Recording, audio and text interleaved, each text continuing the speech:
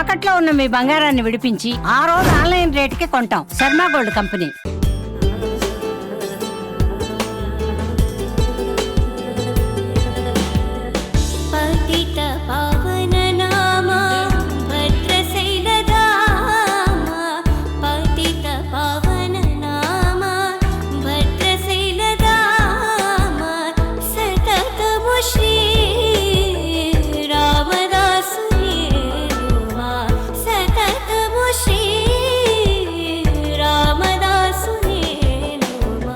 జై శ్రీరామ్. సుమన్ టీవీకి స్వాగతం. నేను గీతాంజలి. శ్రీకరమౌ శ్రీరామనామం జీవామృత సారం, పావనమి రఘురామనామం భవతారక మంత్రం. శ్రీరామచంద్రుల వారిని ఎంత చూసినా, వారి గురించి ఎంత విన్నా తనివి తీరదు అంటారు. అటువంటి ఆ రామచంద్రుడు సీతాదేవి లక్ష్మణ సమేతంగా భద్రాచలంలో కొలువై ఉన్నారు. ఆ క్షేత్రం దగ్గర ప్రస్తుతం నేనున్నానండి. ఎంతటి అదృష్టమో ఇక్కడ అడుగు పెట్టడం, అలాగే ఈ క్షేత్రం మహత్యం గురించి తెలుసుకోవటం కూడా జన్మ జన్మల పుణ్యఫలమే. అలాగే ఆ స్వామివారిని కూడా దర్శించుకున్నాను, అది ఇంకా మహద్భాగ్యంగా అనుకుంటూ, అలాగే ఇక్కడ విశేషాలన్నీ ఇవాల్టి కార్యక్రమంలో మీకు వివరించబోతున్నాను. క్షేత్ర మహత్యం, అలాగే కళ్యాణం, అందరూ తెలుసుకోవాలనుకునేటువంటి విశేషాలు, అలాగే క్షేత్రంలో జరిగేటువంటి వివిధ కార్యక్రమాలు, రోజువారీ జరిగేవి, వార్షికంగా జరిగేవి, ఇవన్నీ కూడా ఇవాల్టి వీడియోలో మీకు అందించబోతున్నాను. వివరించేందుకు ప్రస్తుతం మనతో పాటు ఉన్నారు భద్రాచలం శ్రీ సీతారామచంద్ర స్వామి వారి దేవస్థానం శ్రీ రామాయణ పాఠకులు అంతర్వేది కృష్ణమాచార్యులు గురువు గారు. వారితో మాట్లాడి ఈ క్షేత్ర మహత్యం గురించి, అలాగే స్వామి అమ్మవార్ల వైభవం గురించి తెలుసుకుందాం. గురుగారు నమస్కారం అండి. జై శ్రీరామ్. జై శ్రీరామ్ అండి. స్వామి, సీతారామచంద్ర స్వామి వారికి ఇష్టమైనటువంటి నైవేద్యం ఏది? అంటే ఏ ఏ సమయాల్లో ఎలాంటి నైవేద్యం వారికి సమర్పిస్తారు? అంటే మనకి ఉదయం పూట బాలభోగం అని చెప్పేసి చేస్తారండి. సేవాకాలం అనంతరం మనకి బాలభోగం కార్యక్రమం జరుగుతుంది. స్వామివారికి అలా అక్కడి నుంచి రాత్రి వరకు కూడా విశేషమైనటువంటి ప్రసాద నివేదన మనకి జరుగుతుంది. అలా చూసినటువంటి ప్రసాదాల్లో స్వామివారికి పులిహార, ఆ తర్వాత కట్టె పొంగలి, తర్వాత చక్ర పొంగలి, ఆ తర్వాత మనం చూసినట్లయితే దద్దోజనము, ఇలాంటివంటి మొత్తం మనకి నివేదనలు జరుగుతాయి. విశేషించి మళ్ళీ లడ్డూ ప్రసాదం మనకి మహారాజా భోగంలో మనకి జరుగుతుంది. రాత్రి పవళింపు సేవగా మనకి దర్బారు సేవ, ఇందాక మనం చెప్పుకున్నాం కదా, ఈ దర్బారు సేవలో సుండలు అని చెప్పేసి అంటారు, శనగల యొక్క నివేదన జరుగుతుంది. రాత్రికి మళ్ళా ఇతరత్ర ప్రసాదాలు ఏవైతే ఉన్నాయో ఆ ప్రసాదాల యొక్క వినియోగం మొత్తం, నివేదన మొత్తం జరుగుతుంది. దాదాపు భక్తులుగా ఇక్కడ ప్రీతికరంగా తీసుకునేటువంటిది, స్వామివారికి ప్రీతికరంగా చెప్పబడేటువంటి ప్రసాదాలుగా మనం చెప్పవచ్చేవి, ఒకటి మనకి పులిహార చెప్పవచ్చు, తర్వాత రెండు లడ్డు భోగం చాలా విశేషంగా ఇక్కడ ప్రీతికరంగా భావిస్తారు స్వామివారికి. అలాగే ఇంకా ప్రత్యేకించి చూడాలంటే మనకి విశ్వరూప సేవ అని చెప్పేసి వైకుంఠ ఏకాదశి అయిన తర్వాత మళ్ళా వచ్చేటువంటి బహుళ ద్వాదశి నాడు ఇక్కడ చేస్తారు. ఆనాడు మనకి దీన్ని కదంబ ప్రసాదాన్ని నివేదన జరుగుతుంది. అది మనకి సంవత్సరంలో ఒకసారి మాత్రమే జరిగేటువంటి ప్రత్యేకమైనటువంటి ప్రసాదం. ఈ ఆయా సందర్భాలను అనుసరించి స్వామివారికి ప్రత్యేకం కృష్ణాష్టమి నాడు కావచ్చు, లేకపోతే 16 రోజుల పండుగ నాడు కావచ్చు, ఇలా మనకి స్వామివారి యొక్క కళ్యాణం అయిపోయిన తర్వాత 16 రోజుల పండుగ చేస్తారు. ఎలా అయితే మామూలు తెలుగువారు ఎలా అయితే ఉంటుందో అదే మనకి విధానాన్ని మనకి పాటిస్తారు. ఆనాటి నుంచి స్వామివారికి మనకి ఊంజల సేవ, ఈ 15 రోజుల పాటు ఉన్నటువంటి ఊంజల సేవ 16 రోజులు, ఆనాడు మనకి ఊంజల సేవ అనేటువంటి ప్రారంభమై ఇక్కడ విశేషమైనటువంటి నివేదనలు కూడా ఆనాటి నుంచి మనకి జరగటం జరుగుతుంది. ఇలా నివేదనల కార్యక్రమం ఉంటుందండి. అన్ని ఇష్టమే స్వామికి.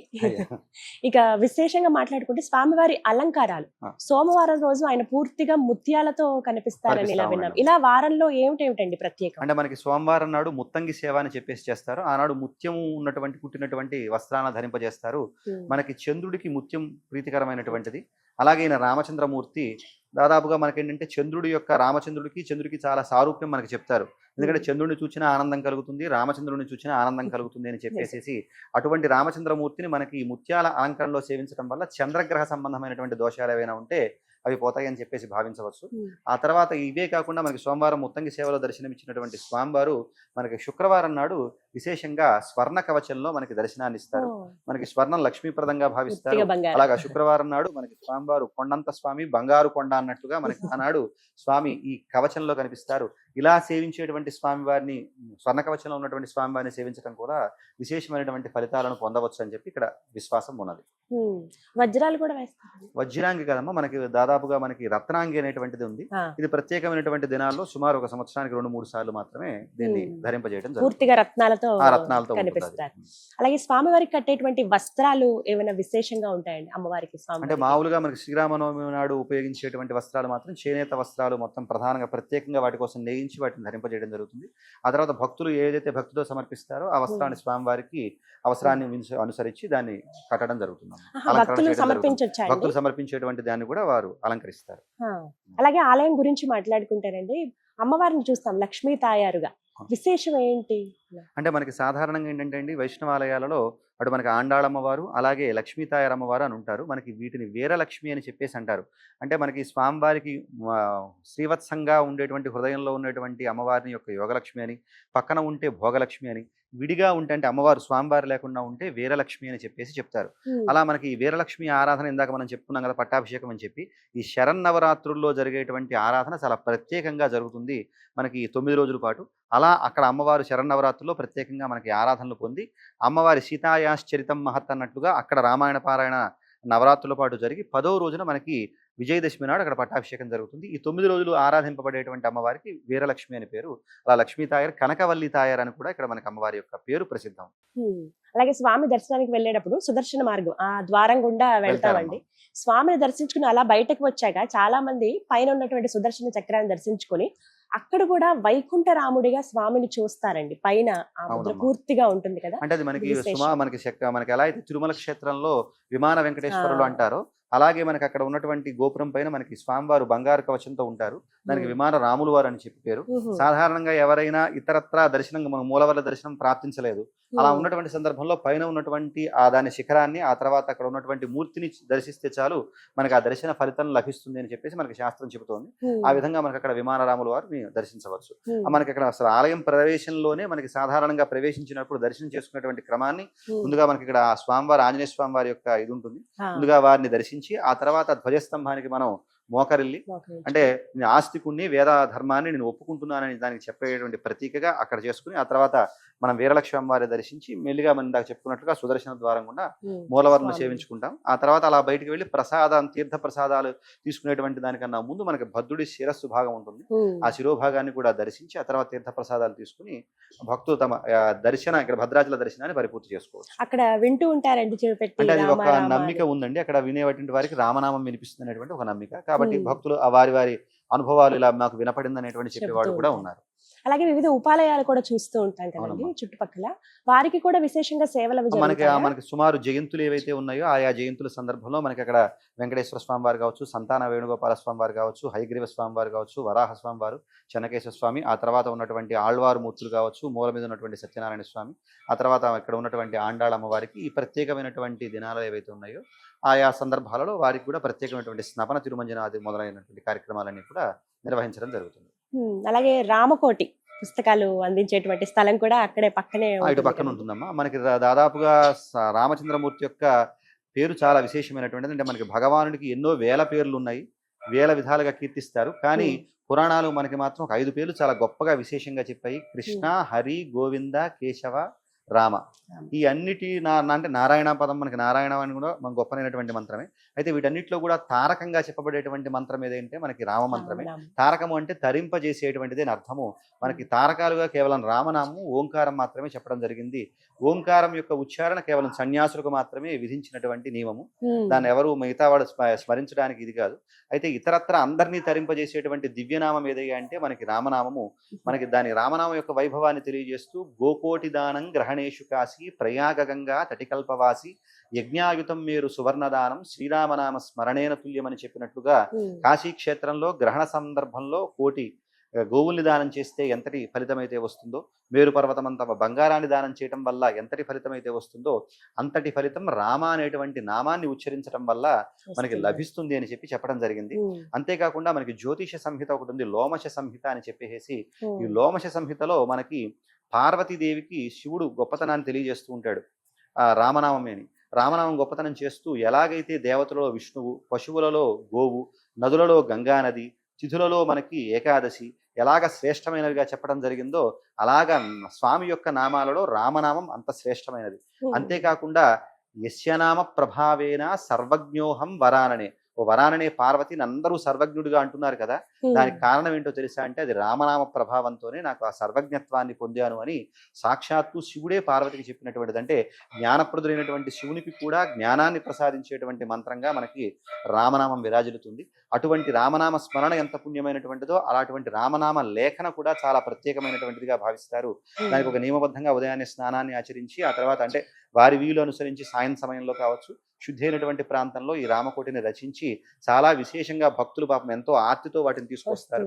అలా వచ్చినటువంటి స్వామివారికి సమర్పించి ఆ తర్వాత రామకోటి సమర్పణ దగ్గర వాటిని మనకి డ్రాప్ బాక్స్ అన్నట్లుగా దానిలో ఉంచుతారు. ఆ రామకోటి ఈ రామకోటి పుస్తకాలన్నింటినీ కూడా మనకి సేకరించి ఉన్నటువంటి దాన్ని అంతా తీసుకుని మనకి శ్రావణ భాద్రపదాలలో మనకి గోదావరి వరదల సందర్భంలో వాటన్నిటిని కూడా ప్రత్యేకంగా ఒక ఊరేగింపుగా తీసుకెళ్లి భక్తులందరూ రాసినటువంటి వాటి ఆ రామకోటి యొక్క నిమజ్జనం కూడా మనం ఇక్కడ భద్రాచల క్షేత్రంలో నిర్వహించడం నిమజ్జనం చేస్తాం.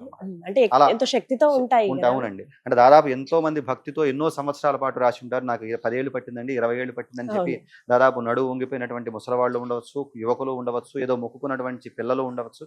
అంటే ఆబాల గోపాలం కూడా రామనామాన్ని రచిస్తూ తరిస్తున్నారు. దానికి కేంద్రంగా తర్వాత సమర్పించాలి, దేనికి సమర్పించాలంటే అది భద్రాచలం మూల కేంద్రంగా మనకు కనిపిస్తుంది. అలాగే ఇక్కడికి వచ్చి సమర్పించడం అనేటువంటిది మనం చూడవచ్చు. ఇక్కడికే వచ్చి సమర్పిస్తారు దాదాపు అధిక శాతంగా వచ్చి. చాలా మంది ఈ రోజుల్లో చూస్తున్నాం కదా, ఎక్కువగా రాయటానికి ఆసక్తి చూపిస్తున్నారు, కొంత సమయం ఇలా కేటాయిస్తూ ఉన్నారు.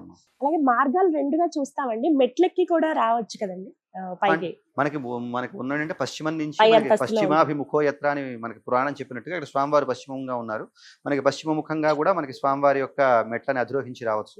ఆ తర్వాత మనకి ఇక్కడ ఉన్నటువంటి దీని పక్క నుంచి కూడా ఇటు పక్క నుంచి కూడా మనం స్వామివారిని దర్శించుకోవచ్చు. అంటే తూర్పు మెట్ల ద్వారా అంటే మనకి వెనక నుంచి రావటం కన్నా మనకి వెనక భాగం అవుతుంది తూర్పు.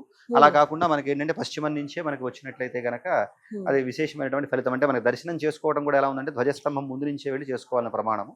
కాబట్టి అలా వచ్చినటువంటి భక్తులు పశ్చిమ మెట్ల మార్గం గుండా వచ్చి ఆ లోపలికి వెళ్ళి స్వామివారిని దర్శించి తూర్పు మెట్ల మార్గంగా వెళ్ళి కింద ప్రసాదాలు అవి తీసుకుని వెళ్తూ ఉంటారు. అలాగే ఎంత ఆతురతగా ఎంతో ఇదిగా స్వామిని చూడడానికి వస్తాం, అక్కడ చూడగానే అన్ని మర్చిపోతాం, ఏమైనా కోరికలు కానీ ఏవైనా సరే. అసలు స్వామివారిని ఏమని వేడుకోవాలి, ఏ నామాన్ని తలుచుకోవాలి, ఏమని ప్రార్థించాలి? అంటే మనకు ఉన్నటువంటిది అంటే స్వామివారి యొక్క నామమే రామనామం ద్వారా అందరినీ తరింపజేశారు ఇందాకే అనుకున్నాము. సాధారణంగా వచ్చిన తర్వాత మనం దర్శనం చేసేటువంటి విధానం కూడా దాదాపు చూడంగానే అందరూ కిరీటం బాగుందా లేకపోతే వస్త్రాలు బాగున్నాయి అనుకుంటారు. కానీ అలా కాదు, మనకి దర్శనం చేసేటువంటి పద్ధతి కూడా మనకి శాస్త్రం చెప్పింది. ఆపాద మస్తకంగా స్వామివారిని సేవించాలి అని చెప్పేసి ముందు చరణాలు, ఆ తర్వాత అలా పై భాగం వరకు సేవించి, సరే మనకు అంత సమయం దాదాపుగా లైన్లో ఉండేటువంటి వారికి లభించదు. ఉన్న ఎంతవరకైతే దర్శిస్తుందో మనం అక్కడికి వచ్చి కళ్ళు మూసుకుని మొక్కుకోవటం కన్నా ఒకసారి స్వామి నీ కరుణా కటాక్షం నా మీద పడితే చాలని వేడుకుంటే చాలు. స్వామివారు ఏంటంటే దినమే సుదినమురా, రాముని కన్నా దినమే సుదినమురా అంటే రామదాసు గారు కీర్తనలో వర్ణిస్తారు. రాముడిని చూస్తేనే అది రోజు గొప్పతనము, అలా గొప్పతనం రాముడిని చూస్తేనే గొప్ప రోజు అనుకుంటే ఆయన కరుణా కటాక్షం మన మీద పడితే ఇంకా గొప్పనైనటువంటి విశేషమైనటువంటి ఫలితాలను మనం పొందవచ్చు. అలా రామనామం జపించుకుంటూ వెళ్ళటమే.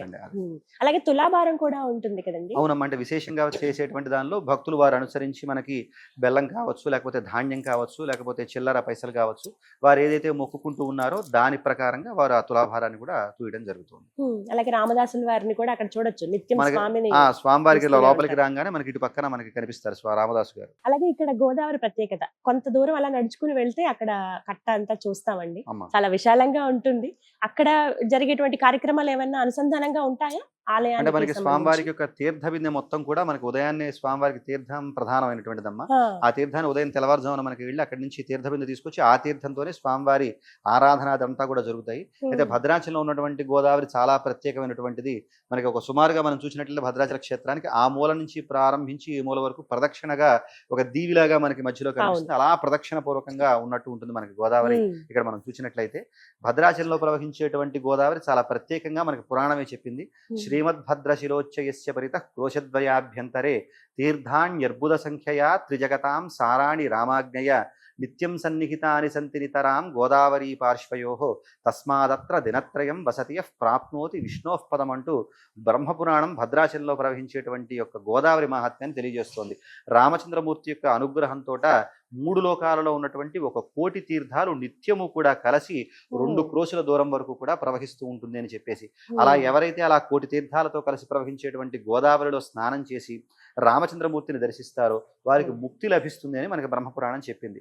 ఇది మనకి ఇలా చూసినట్లయితే బ్రహ్మపురాణ పరంగా చూసినట్లయితే మనకి రామాయణానికి రాముడికి గోదావరికి చాలా అవినాభావ సంబంధం. ఇందాకే మనం చెప్పుకున్నాం మొదట్లో క్షేత్ర మహత్యం చెప్పుకుంటూ స్వామి పర్ణశాలలో 2.5 సంవత్సరాల పాటు ఈ గోదావరిలోనే స్నానం చేసినటువంటి పుణ్యజలం. ఉమ్, అక్కడ మరి దానిపైన మమకారం వల్ల ఏమో కావచ్చు, అదే గోదావరి తీరంలో స్వామి అర్చామూర్తిగా ఎన్నో వేల సంవత్సరాల పాటు ఈయన ఉన్నాడు. ఆవిడ కూడా ప్రదక్షిణ పూర్వకంగా అలా వెళ్తూ, మరి ఎన్ని ప్రదక్షిణాలు ఇప్పటికి పూర్తి చేసిందో మనకు తెలియదు కానీ, అలా నిరాటంకంగా ఆవిడ అలా ప్రవహిస్తూ తనలో స్నానం చేసేటువంటి భక్తులందరినీ కూడా తాను కూడా తరింపజేస్తోంది. భద్రాచలంలో ప్రవహించేటువంటి గోదావరి యొక్క ప్రత్యేకత ఇంత ఉందండి. ఎన్నో ఆలయాలు కూడా అక్కడ చూస్తాం అవునమ్మా. మనం అక్కడ. అంటే మనకి దాదాపు నాసిక్ త్రయంబకం దగ్గర నుంచి ప్రారంభించిన తర్వాత గోదావరి తీరంలో సుమారు 2300 పైచిలుకు ఆలయాలు ఉన్నాయి. కొన్నిలో మనకి ప్రసిద్ధి పొందినటువంటివి మనకి అక్కడి నుంచి చూసుకున్నట్లయితే, ఆ తర్వాత నాసిక, మనకి తెలుగు నేలలో అడుగుపెట్టిన తర్వాత మనకి బాసర ఉన్నది, ధర్మగిరి ఉన్నది, కాళేశ్వరం ఉన్నది.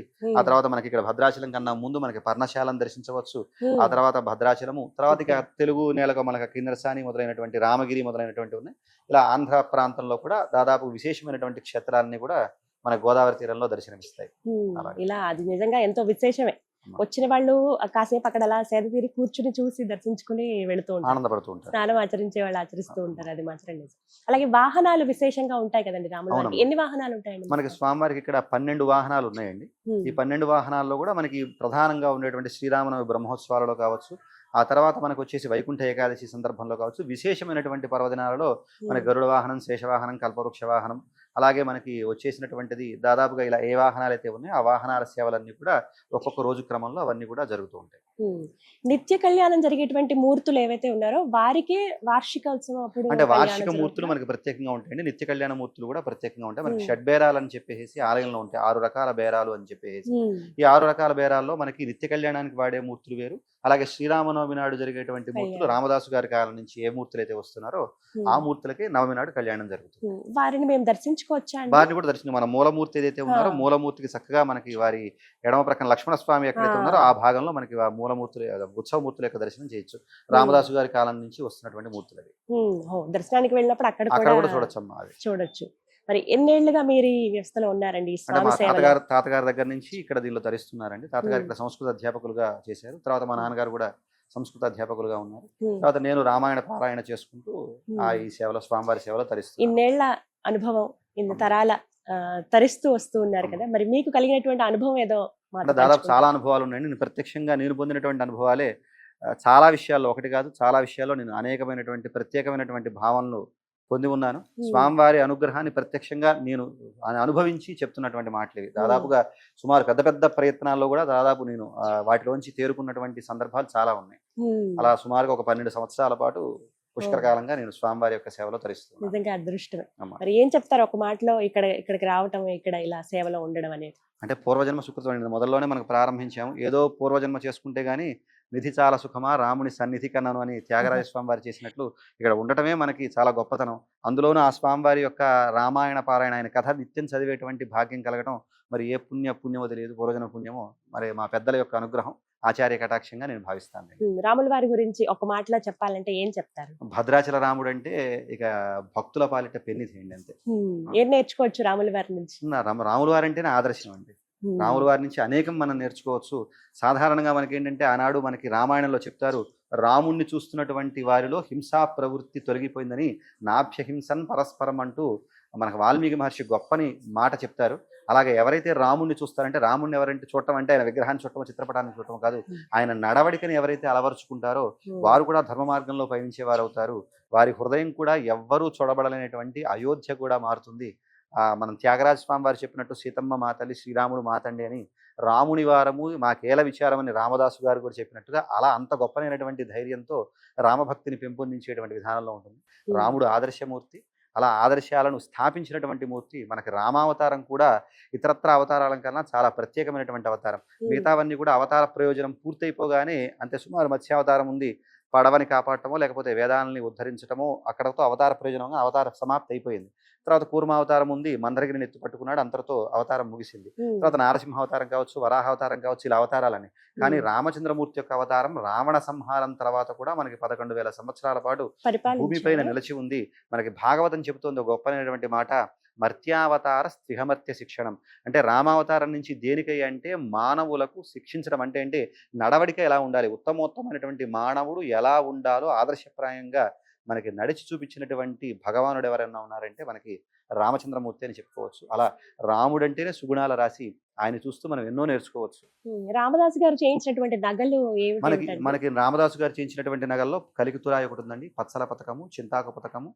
ఆ తర్వాత మనకి వచ్చి రామదాసు గారిని విడిపించడానికి వారు ఇచ్చినటువంటి రామమాడ మొదలైనటువంటివన్నీ కూడా మనకి లక్ష్మీ అమ్మవారి వెనకాల ఋష్యముఖము అని చెప్పేసి పెట్టారు. అంటే ఋష్యముఖం అని పేరు పెట్టడంలో కూడా పెద్దలు చాలా గొప్పగా ఆలోచించారు. ఎందుకంటే ఆనాడు సీతమ్మ వారు వనవాసానికి రావణాసుడు వెతుకు వెళ్తున్నటువంటి సందర్భంలో మూట కట్టి వదిలేస్తుంది. దాన్ని ఋష్యముఖంలో ఉంచుతారు మనకి ఆంజనేయుడు, మనకి సుగ్రీవుడు, వీళ్ళందరూ కూడా. అందుకని అలా నగలు భద్రపరచబడేటువంటి ప్రాంతం కాబట్టి దానికి ఋష్యముఖం అని పేరు పెట్టారు పెద్దలు. ఆ ఋష్యముఖంలో ఇప్పటికీ కూడా మనం రామదాసు గారు చేయించినవి, ఆ తర్వాత అనేక మంది భక్తులు చేయించినటువంటి నగలన్నింటినీ కూడా మనం మ్యూజియంలో చూడొచ్చు ఇప్పటికీ కూడా.